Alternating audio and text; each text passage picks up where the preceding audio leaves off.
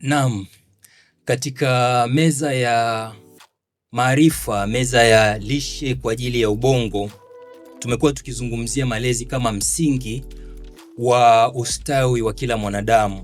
Unavyomuona mtu mzima, unavyomuona mzee, unavyomuona mtu yoyote ni matokeo ya malezi ambayo yalipitia. Kwa hiyo mimi nimeandaa meza ya mazungumzo kwa ajili ya kujifunza namna gani tunayafanya mazungumzo au malezi yetu kuwa bora na chanya katika kumkuza mtoto wa kike, mtoto wa kiume. Ni maarifa, ni utaalamu, lakini pia uvumbuzi mbalimbali ambao umefanyika kuhakikisha kwamba malezi yanafuata misingi bora na misingi ambayo inakuwa na tija katika jamii.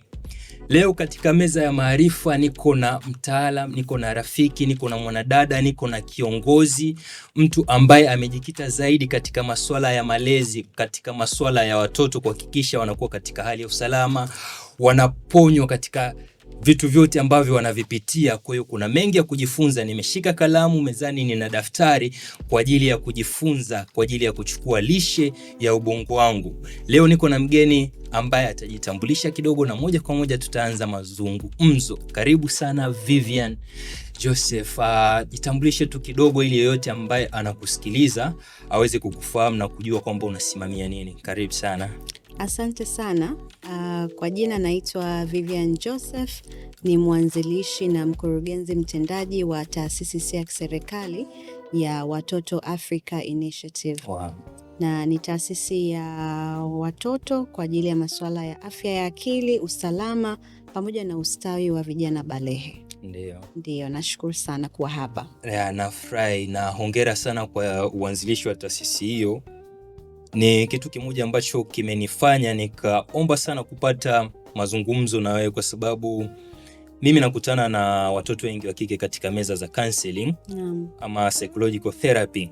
Sasa kitu kimoja ambacho ni kikubwa nimekigundua katika zile sessions hapa na pale, kuna hali ya kwamba wasichana wamepitia ni stigma, labda tunaweza tukasema kwamba imeshawadogodisha ile self esteem ya kujiamini kwamba wanaweza kuwa viongozi, wakafanya mabadiliko makubwa, wakafanya vitu vikubwa. Imeshuka kwa sababu ya jamii ambavyo inawaona, lakini wewe unabadilisha yote haya, unafanya mazungumzo yabadilike, unafanya umekuwa kama kioo cha jamii kwa watoto wa kike, lakini hata vijana including me. Kuna vingi najifunza kutoka kwako. Sasa katika mazungumzo haya nilikuwa natamani sana kufahamu namna gani malezi yanakuwa na mchango ya kumtengeneza kiongozi kama wewe. Nafasi gani ya malezi ambayo inaweza ikamfanya mtu kuwa kama wewe? Malezi yana mchango gani kwa mtazamo wako wewe? Asante, nashukuru sana kwa swali zuri. Nadhani ili uwe wewe kama ambavyo tunakuona hivi leo, ndio kuna msingi ambao ulijengewa, na kupitia ule msingi ndio unakuongoza ufanye nini, uamue vipi, uwaze nini, ushiriki vipi katika jamii na kadhalika. Na msingi huo mwalimu wake ndiye malezi. Kwamba kwenye kulelewa, na kulelewa unafundishwa, kulelewa unaona, kulelewa unasikia. Katika component hizo tatu ndipo unapofanya maamuzi ya wewe uje kuwa nani. Kwa hiyo nadhani ukizungumzia swala zima la malezi linacheza sehemu kubwa sana ya matokeo ya namna mtu atakavyokuwa. Kwa asilimia kubwa, ingawaje kuna namna ambavyo pia inaweza ikawa tofauti, kwa sababu malezi yapo malezi chanya na yapo malezi hasi kabisa. Kwa hiyo inategemeana hapo. Asante. Vizuri. Mimi pia nafikiria hivyo. Kuna muda kuna msongo ya mawazo, kuna changamoto mbalimbali ambazo zinaweza zikasababisha malezi yakaenda vizuri, malezi yakaenda vibaya, na yote huwa tunafanyia mazungumzo. Nafikiri hata haya yanakuwa yanamsaidia mzazi kufahamu kwamba ndio sometimes kuna muda unaweza ukafanya malezi kwa namna ambayo ni sahihi, muda mwingine kwa namna ambayo sio sahihi. Ingawa mimi pia huwa nawafundisha kwamba sometimes hakuna mzazi ambaye ni mkamilifu.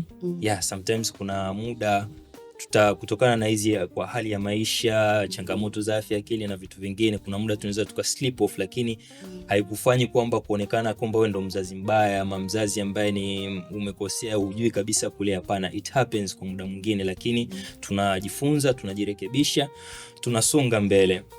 Malezi kwa mtoto wa kike na mtoto wa kiume ni tofauti kidogo. Kuna namna ambayo ukimlea mtoto wa kiume kuna vitu lazima uvizingatie, kuna namna ukimlea mtoto wa kike kuna vitu lazima uvizingatie. Wewe kwa mtazamo wako napenda zaidi umzungumzie mtoto wa kike. Katika malezi ya mtoto wa kike ni vitu gani ambavyo vinakuwa ni muhimu mtoto wa kike anahitaji kuvipata katika malezi yake ili kumsaidia pengine katika utu uzima wake kuwa kama Vivian Joseph au mtu mwingine mwanamke ambaye anaweza akajisimamia, akawa kiongozi, akawa mtu fulani kwa mtazamo wako? Nashukuru. Nadhani kwangu mimi, kwanza kabisa tutambue unapokuwa mzazi, mimi sijapata bado baraka ya kuwa mzazi. Panapo majaliwa. Lakini unapokuwa mlezi ama mzazi, mara nyingi huwa hawana manyo, yani kama ile kitabu cha kukuonyesha hivi ndio unavyopaswa kulea, hivi ndio unavyopaswa, kwa sababu kila mtoto anakuja kwa namna yake. Ndiyo. Kwa hata watoto wa kike hawafanani kwa kila kitu. Ni mtoto wa kike kwa jinsia, lakini kila mtoto wa kike ana uwezo wake wa ufahamu, ana mawazo yake, ana namna yake ya kuona dunia. Yeah. Kwa hiyo hatua ya kwanza ambayo mimi naiona ni kutambua kwanza aina ya mtoto wa kike ambaye yupo katika labda tuseme ngazi ya familia fulani. Ndiyo. Baada ya hapo ni kujua tu generally kwa dunia ya leo na namna ambavyo maisha yanaenda. Mtoto wa kike kuna jitihada nyingi ambazo zinafanyika kwa ajili ya kumuinua. Lakini pia bado katika takwimu mtoto wa kike yupo chini katika kushiriki katika nafasi mbalimbali kwenye jamii. Kwa huyu mtoto wa kike, msingi wa kwanza ambao mimi ningeweza kushauri ni kuweza kupata upendo ambao hata fedha haiwezi kununua. Kabisa. Mimi ni muumini mkubwa sana wa kuwekeza katika vitu ambavyo fedha haviwezi kununua. Upendo, kumjali, kumsikiliza, kumpa kujiamini. Anapoweza kujiamini kutokea nyumbani, anaweza kujiamini mbele za watu, anaweza kujitambua, anaweza kujithamini, kujipenda, lakini pia kufanya maamuzi sahihi hata nje ya nyumbani. Lakini cha pili ambacho nadhani ndo msingi wa kila kitu, kwa sababu ndo msingi wangu mimi, kuwa na malezi ambayo yamejikita katika msingi wa kiimani.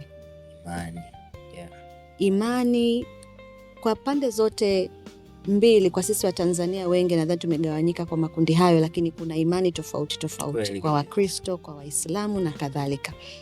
Imani inakupa kumhofu Muumba. Kimhofu Muumba wako ni inarahisisha zaidi yale malezi yakiambatana na imani, yule mtoto wa kike kwenda katika mwenendo sahihi. Kwa sababu anavyozidi kukua, kuna vitu ambavyo atakuwa anaona ni sawa kuvifanya kutokana na maadili na misingi ya kiimani yake, lakini pia kuna mawazo hatakuwa nayo, kuna mawazo atakuwa nayo, na itamjengea kuweza kuwa na uimara zaidi wa msingi wake katika kuwa mtu mzima. Yani transition ama safari yake ya ule utoto unakuwa umejikita katika mambo mema na mambo bora ya kumsaidia yeye. Kwa mtoto wa kike mwisho siku, kwa mambo haya mawili tu, nisiongelee mavazi, sijui chakula, hizo ni vitu ambavyo hata mtu mzima unavihitaji. Utahitaji kula, utahitaji kuishi, utahitaji kulala pazuri, lakini hayo mambo mawili kwa mtoto wa kike, na nadhani kwa watoto wote, ni mambo ya muhimu na ya msingi. Asante kabisa. Nimejifunza mengi kwako, yani vitu ambavyo umeongea vile, lakini ndani yake vimechambuka na vimenipa pointi nyingi sana. Upendo, kuna kujitambua katika kufanya maamuzi, imani, vyote hivi ni vya msingi, tena umeviweka katika namna ambayo sio tu mtoto wa kike anatakiwa kuvipata, hata mtoto wa kiume, kwa sababu katika tukimzungumzia mtoto ni yule ambaye anatakiwa kukua. Hii ni misingi ambayo anatakiwa kumkuza. Sasa katika safari yako ya maisha, labda na watoto wengi ambao tuzungumzie wa kike labda ambao umekutana nao, unafikiri wengi ambao wamekosa hivi vitu vya msingi wameangukia katika athari gani, aidha katika utoto ama utu uzima, au jamii kwenye jamii ni watoto wa namna gani ambao sasa wamekosa hivi vitu vya msingi ambavyo umevitaja? Nadhani Ni wengi. Ni wengi, lakini pia nikikurudisha nyuma kidogo, tuko kwenye kizazi ambacho truth be told wanasema kwamba wengi hatujalelewa kwenye misingi mizuri ya malezi bora. Yani kwamba kupata malezi ya 100% kwa wazazi wote wawili. Yani ukiangalia kuanzia 1995 mpaka miaka hii ya leo, either mtoto amelelewa na mama peke yake, au amelelewa na baba peke yake, au amelelewa na ndugu, au amelelewa na jamii ya watu baki. Hizo ndo takwimu ambazo zipo. Na kwa sababu pia taasisi ya ndoa imepitia changamoto kadha wa kadha kusababisha hayo. Kwa hiyo ni wengi ambao wameingia katika wimbi la kukosa malezi sahihi. Sasa athari ambazo zipo, ambazo ni hasi, ni pamoja na mtoto kuwa na mmomonyoko wa maadili, kuona kufanya vitu ambavyo ni nje ya misingi na tamaduni, mfano kwa sisi wa Afrika na wa Tanzania, kwamba ni sawa.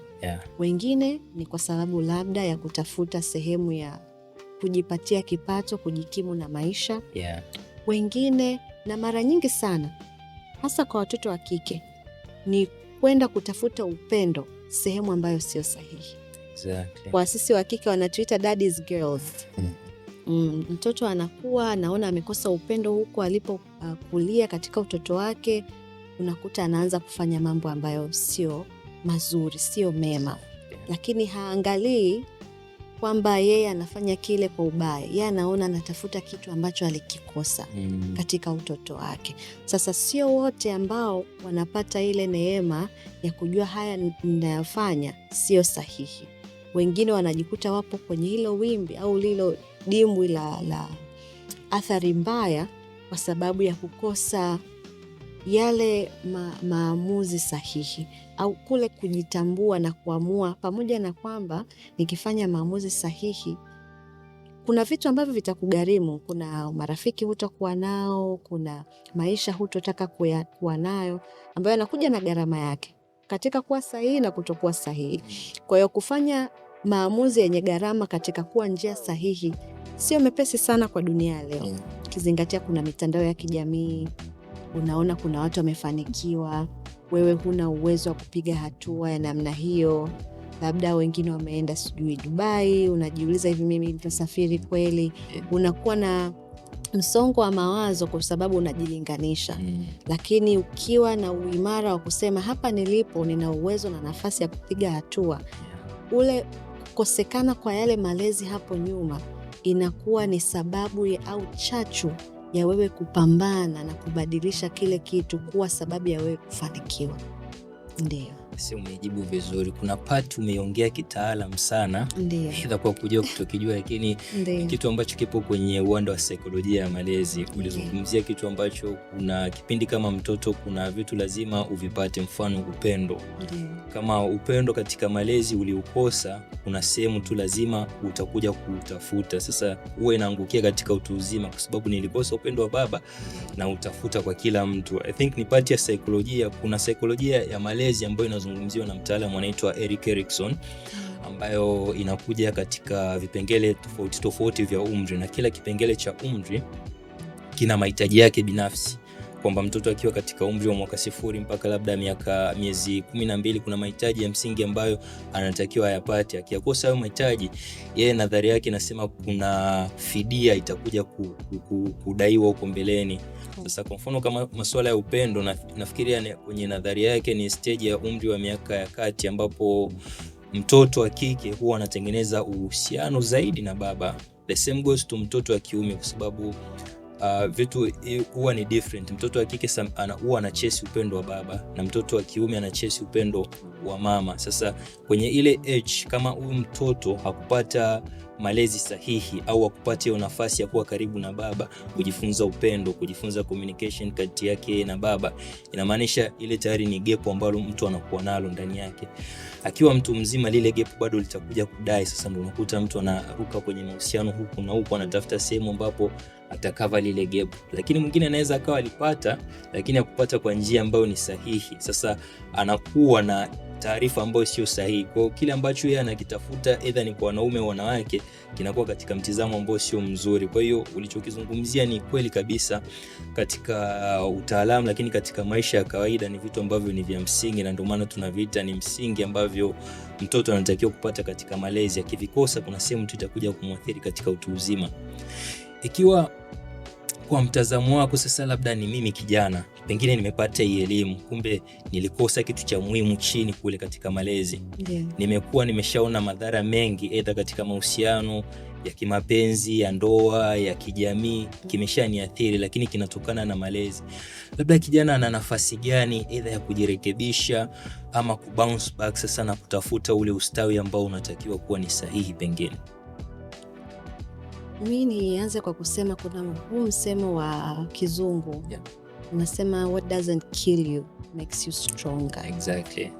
Nadhani tukisimamia hapo inakuwa ni rahisi zaidi, kwa sababu kama hakijaweza kukuua mpaka leo upo hai, una uzima na una neema ya kuendelea kuishi, una nafasi nyingine tena ya kufanya maamuzi sahihi kwenye maisha. Kwa sababu haijalishi ulipitia changamoto gani ukiwa mtoto, unapokuwa mtu mzima, maamuzi na matokeo ya maisha yako ni ya kwako mwenyewe, hayapo tena chini ya mzazi. Kwa hiyo kutumia yale maumivu, kutumia zile changamoto kubadili maisha yako yakawa ya tofauti ni jukumu lako. Sawa, haukupenda na hamna ambaye anapenda kupitia changamoto, hasa katika utoto pale ambapo huna nafasi ya kufanya maamuzi ya mambo. Lakini sasa hivi una nafasi ya kubadilisha. Una jukumu na wajibu wa kufanya maamuzi na choices sahihi kwa ajili yako, ili kubadilisha ule mtazamo, lakini kwa ajili ya kizazi chako pia kinachokuja mbeleni, Mungu akijalia. Sasa nadhani nafasi ya kusema unaangalia sana nyuma bila kuangalia ya mbele inatupoteza. Angalia nyuma ili kujifunza ni nini ambacho nirekebishe mbele. Hiyo ni swala zima la kiuchumi, hiyo ni swala zima la upendo. Kwa mfano, kwa kuanza kuendelea kuimarika kiimani ni jambo ambalo lazima liendane sambamba.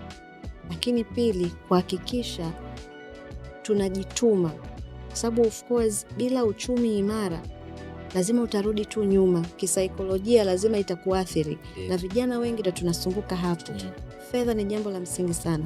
Biblia mimi kama Mkristo inaniambia fedha ni jawabu la mambo yote. Sasa kama ni jawabu la mambo yote, hata huduma za kisaikolojia kulipia, hautakuwa na uwezo wa kufanya hivyo ili kuweza kutatua masuala ya kiakili kwa sababu huna fedha.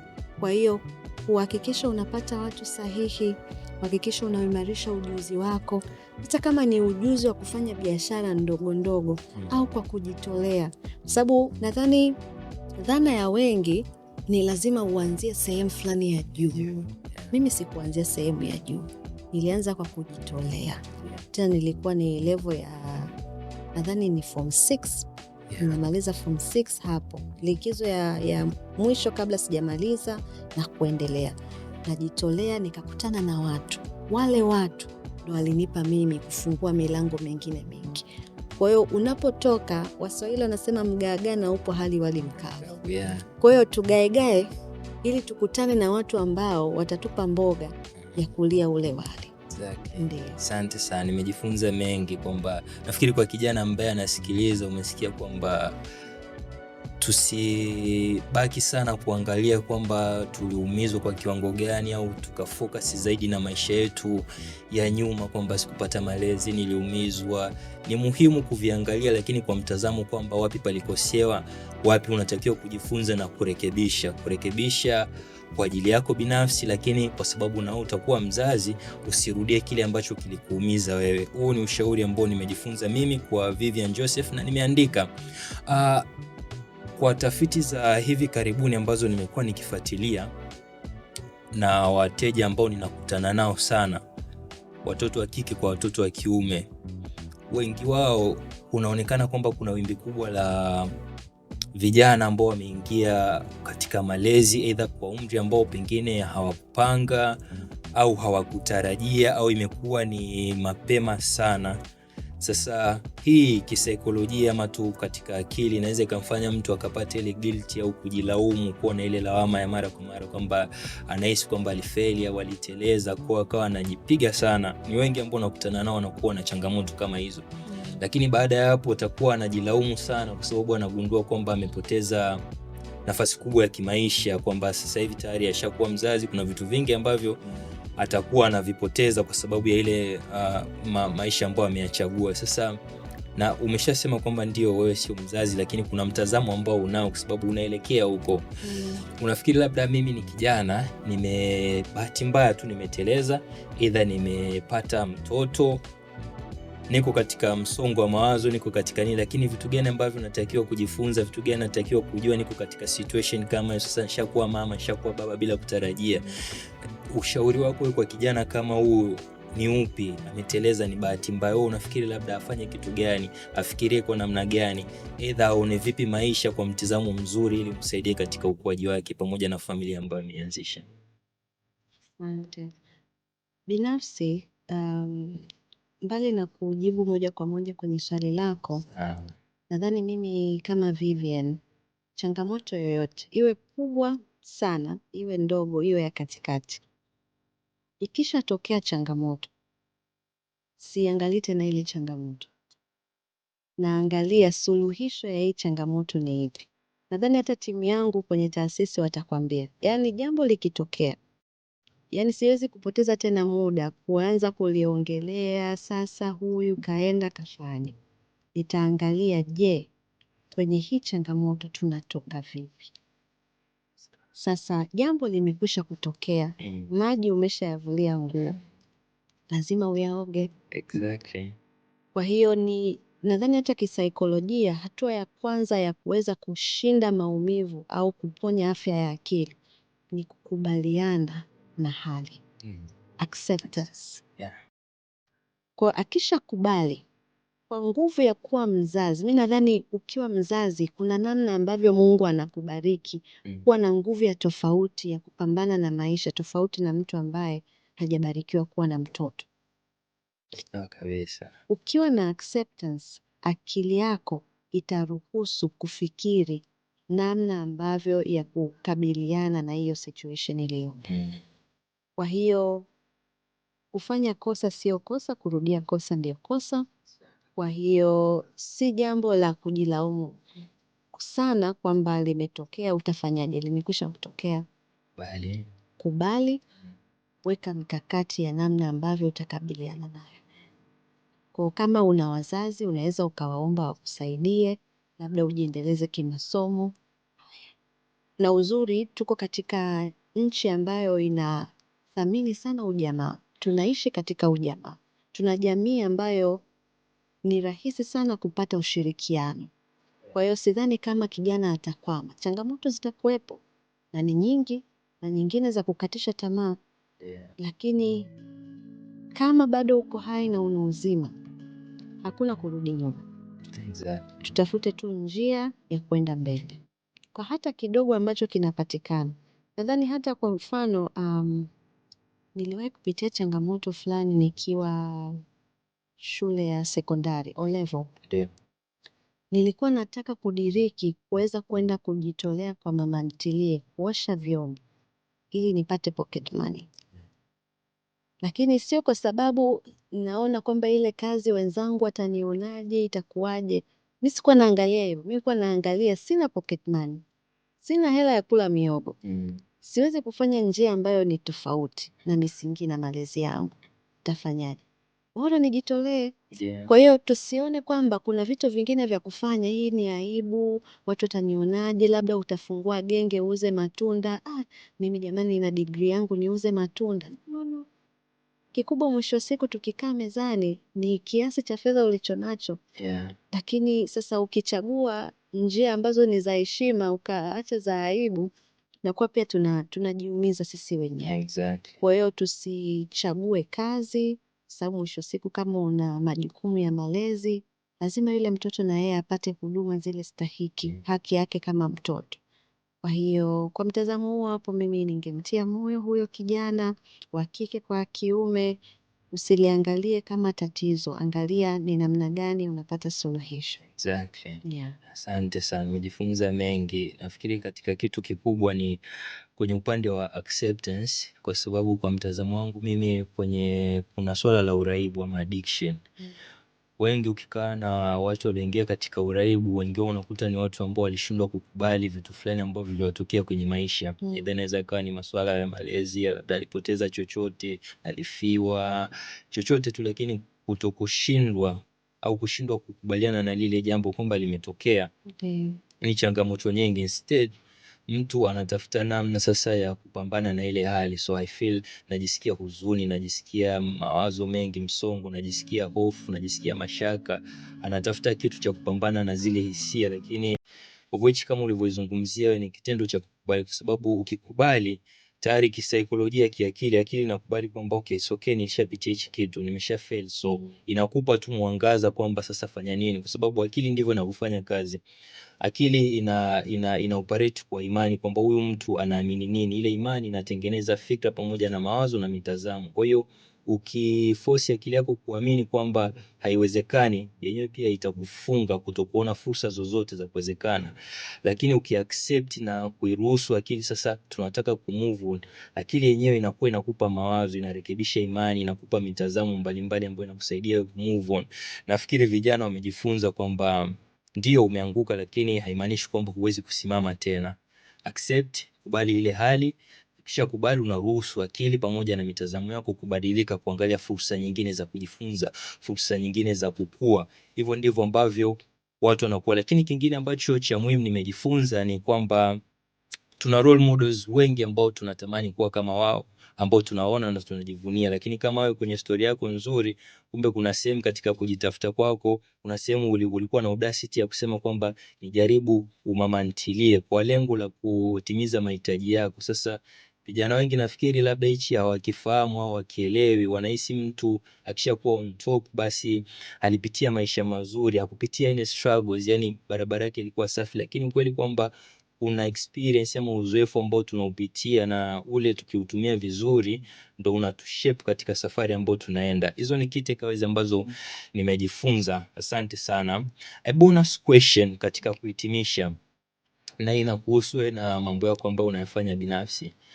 Kwa nini watoto wa Afrika? Uliona nini katika hiyo engo na kusema kwamba hichi kitu tunahitaji kukifanyia solution? Kwa nini watoto, na kwa nini watoto Afrika? Kwa nini uliamua kuanzisha taasisi kama hii? Nashukuru sana kwa swali zuri sana. Kwa nini watoto? Kwanza mimi niseme tu, kwenye kuzaliwa kwangu mpaka hivi leo nimeishi maisha tofauti. Yeah. Maisha ya juu sana, maisha ya katikati, maisha ya chini sana. Yaani kama ni neema ambayo Mungu alinipa, ni kujua kila hatua ya maisha ikoje, na changamoto zake, lakini na namna yake pia ambavyo niliweza kutoka. Sasa katika hatua hizo za maisha yangu, kuna hatua ambayo nilipitia ilinifanya niwe katika nafasi ya kujiuliza, je, kama mimi nimeweza kupitia situation ya namna hii, watoto wengine ambao hawana nguvu ya maamuzi au ujasiri wangewezaje kutoka? Na mfano hai story ni nyingi, nina hadithi nyingi sana, lakini hadithi ambayo ilinipa sababu au msukumo wa kusema ngoja nifanye kitu ni kuwa katika nafasi nzuri ya walezi. Lakini kutokana na ukosefu wa kulipia ada ya shule kuelekea chuo kikuu, kuonekana kwa fursa ya mimi kuolewa na mtu mzima kidogo, level ya tuseme umri wa babu yangu, ili kuweza kuondoa ile gap ya mimi kupata changamoto za ada na mahitaji mengine. Sasa mimi nilichukua hatua ya kusema hapana, mimi nitapambana na Mungu wangu. Nitatoka hapa, nitafanya maamuzi magumu. Na ilikuwa ni maamuzi magumu sana. Na kipindi hicho nadhani hata mtandaoni nilikuwa tayari nimeshaanza safari, nimeshaanza majukumu kadhaa. Watu waliokuwa wananizunguka hawakulijua hili. Ni kitu ambacho nilikipitia mimi mwenyewe. Lakini katika umri ule nikajiuliza kama mimi nimeweza kuwa katika situation hii, nikafanya maamuzi na nikajitoa. Nilikimbilia kanisani nadhani, na nilikutana na watu wema ambao waliweza kusimama na mimi mpaka hivi leo. Na namshukuru Mungu sana. Sasa mimi nilikuwa na kanisa la kukimbilia na nikapata watu sahihi wa kunibeba na kubadilisha maisha yangu. Watoto wa kike wengine, watoto wa kiume wengine. Msingi wa malezi ambao nilikuwa nayo ya kumhofu Mungu ilinipa ujasiri wa kusema hapana, hichi kitu sio sahihi. Je, wale ambao hawana msingi mzuri wangefanya maamuzi kama haya? Kwa hiyo ni maswali ambayo yalikuwa yana ring kwenye kichwa changu na kusema hapana, siwezi nikaacha hivi. Na maono yangu ni kuweza kuona watoto wote wa Afrika wanapata msingi bora, kwa sababu tukikosea kwenye msingi hatuwezi kuwa na taifa lililo bora. Hatuwezi kuwa na vijana ambao wanajitambua na kujenga hoja na kufanya maamuzi yenye kuleta tija kuanzia ngazi ya familia hadi kitaifa. Hongera sana. Nimejifunza mengi sana kwenye historia yako. Nafikiri nilikuwa very interested kufahamu historia yako, tuizungumzie, lakini itakuwa ni ya siku nyingine. Kuna mengi sana ya kujifunza, na kikubwa ambacho nimejifunza, kumbe siku zote maisha hayatupi kile ambacho tunakihitaji au tunafikiri tutakipata. Sometimes kuna sehemu tutapita kwenye maisha, tutakutana na changamoto nyingi, lakini lesson kubwa ambayo nimeipata hapo, kumbe unaweza ukatumia madhaifu yako kutengeneza ukuu wako mwenyewe. Use your weakness to your own strength, kwamba ulipitia changamoto fulani lakini umezidefine, umezitambua, umezifikiria, ukajifunza, lakini ukazitumia zile changamoto kama sehemu ya kutatua changamoto nyingine ambazo ni nyingi kwenye jamii. Sasa hivi huo ndo ukuu wako, kwa sababu una taasisi, una watu ambao unawasaidia, una vitu vingi ambavyo unavifanya, lakini vyote hivi ni kutokana na changamoto ambazo ulizipitia wewe kama mtoto. Ukafikiria kama mimi nilipitia hivi, kama mimi nilifanya hivi. Kuna watoto wangapi wengi ambao pengine hawezi kufikiria kama hivi, hawawezi kuvuka katika hizi changamoto, na umecreate solution ambayo itawasaidia wao. Nafikiri ni vitu vingi ambavyo tunajifunza na tunatakiwa kujifunza. Unapopitia changamoto, sio kwamba wewe ndio dunia imekuelemea au kwamba unaipitia wewe peke yako. Wako wengi ambao wanazipitia, lakini wengi ambao wanafanikiwa ni wale ambao wanazifanya zile changamoto kuzitengenezea solution, lakini kufanya zile changamoto kuwa ukuu katika maisha yao. Tumejifunza kwa Vivian. Wengi ambao mnamuona, wengi ambao mnamsikia, mmeshasikia part kidogo ya historia yake na namna gani imemtengeneza kufikia hapa alipo.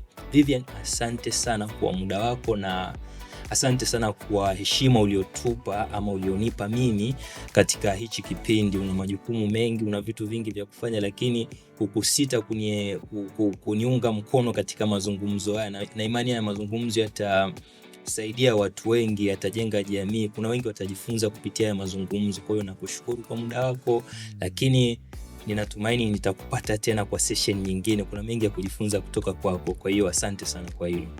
Mimi ni washukuru nie zaidi. Ni kushukuru pia kwa jitihada na kwa kazi nzuri. Ni kushukuru pia kwa kunipa jukwaa ya kuweza kuongelea jumbe ambazo natamani ziwafikie jamii. Pasipo wewe leo nisingepata nafasi ya kuzungumzia kuhusu malezi na mitazamo yangu na namna ambavyo naona maisha kwa mtazamo wangu. Kwa hiyo ni kushukuru wewe zaidi, na sidhani kama kutingisha ratiba yangu yoyote, kwa sababu hii ndo kazi yangu, ndo jukumu langu na nilibeba kwa moyo wote. Kwa hiyo asanteni sana. Nashukuru na tumepokea. Asante sana. Inawezekana haya mazungumzo yamekugusa kwa namna moja ama nyingine, yamekukumbusha aidha kitu ambacho uliwahi kukipitia kikakuumiza, na haya mazungumzo yamekukumbusha huko. Kwa hiyo unaweza ukajihisi huzuni, unaweza ukajihisi kama unahitaji kuzungumza na mtu, hauko peke yako. Kuna watu ambao wanaweza kukusaidia na wanakusikiliza. Kwa hiyo kama haya mazungumzo yamekugusa na kukukumbusha kitu cha kukuumiza, usisite kupiga 116 huduma ya simu kwa mtoto, lakini huduma ambayo inamkutanisha mzazi, mlezi, kijana ambaye anahitaji kuongea na mtaalamu, anahitaji kupata ushauri, anahitaji kupata mtizamo ambao utamsaidia kutoka katika hali ambayo anaipitia, lakini kujifunza kuhusiana na malezi pamoja na makuzi ya watoto na sisi binafsi. Piga 116, zungumza na tutakuwa na uwezo wa kukusaidia, ama tutajitahidi kwa nafasi yetu kukusaidia. Hii ilikuwa ni Mental Diet with Living podcast. Tumejifunza mengi, maarifa na kalamu yanatufanya tufike pale ambapo tunatakiwa kufika. Kama kuna comment ambayo unahitaji kuwakilisha chochote, kama mchango, kama furaha, kama faraja, andika katika comment, lakini nitakuomba uweze kusubscribe katika channel ya YouTube ili kipindi hichi kiwafikie wengi na tuweze kuwasaidia wengi. Lakini pia usiache kushare na mwanafamilia, usiache kushare na kijana. Kwa hiyo share na tuweze kuwa pamoja. Asante sana kwa kufuatilia. Ciao.